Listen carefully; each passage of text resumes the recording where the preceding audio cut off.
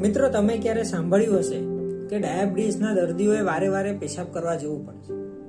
નમસ્તે દર્શક મિત્રો, મારું નામ છે doctor Vitrag Shah, consulting doctor, Achintya diabetes clinic, Vesu, Surat. આજે આપણે વાત કરવાના છીએ કે જો મને વારે વારે પેશાબ થાય છે અને વારે વારે તરસ લાગે છે તો શું મને ડાયાબિટીસ હોઈ શકે છે?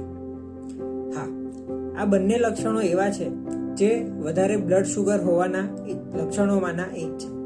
જો તમને વારંવાર પેશાબ થાય છે અને વારંવાર તરસ લાગે છે અને પાણી પીધા પછી પણ તમને થોડીક વારમાં મોઢું અથવા તો ગળું સુકાઈ જાય છે અને તમને વારે વારે પાણી પીવાની ઈચ્છા થયા જ કરે છે, તો તમારા બ્લડ શુગર વધી ગયું હોય તેના ચાન્સીસ ઘણા અંશે સાચા છે.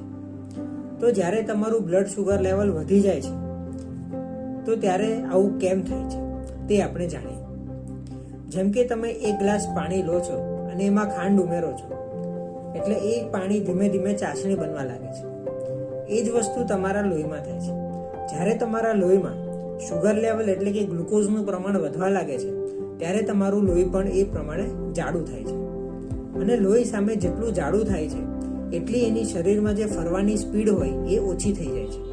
અને આ સ્પીડ ઓછી થઈ જવાને કારણે શરીરને પૂરતું લોહી સમયસર પહોંચતું નથી અને લોહી જેટલા પોષક તત્વો આપણા અંગોને પહોંચાડે છે એ બરાબર પહોંચતા નથી.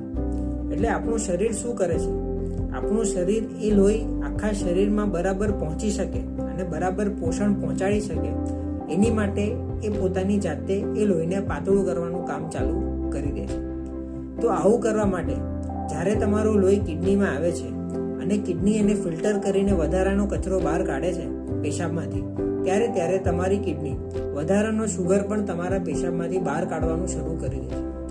જેટલું તમારા લોહીમાં શુગર વધારે હોય એટલો તમને પેશાબ વધારે થાય છે અને એ પેશાબમાંથી શરીર ગ્લુકોઝને બહાર કાઢવાનો પ્રયત્ન કરે છે અને તમારા લોહીમાં એ ગ્લુકોઝનું પ્રમાણ ઓછું કરીને તમારા લોહીની સ્પીડ વધારવાનો પ્રયત્ન કરે છે.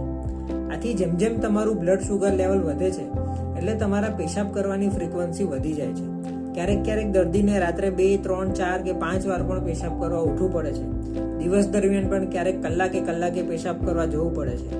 અને સામેની બાજુ જેટલો પેશાબ વધુ થાય એટલું પાણી શરીરમાંથી ઓછું થઈ જાય છે અને ડિહાઇડ્રેશનને કારણે શરીર વધારે ને વધારે પાણી માંગે છે અને એને કારણે દર્દીનું મોઢું સુકાઈ જાય છે, ગળું સુકાઈ જાય છે અને તે વારંવાર પાણી પીએ છે.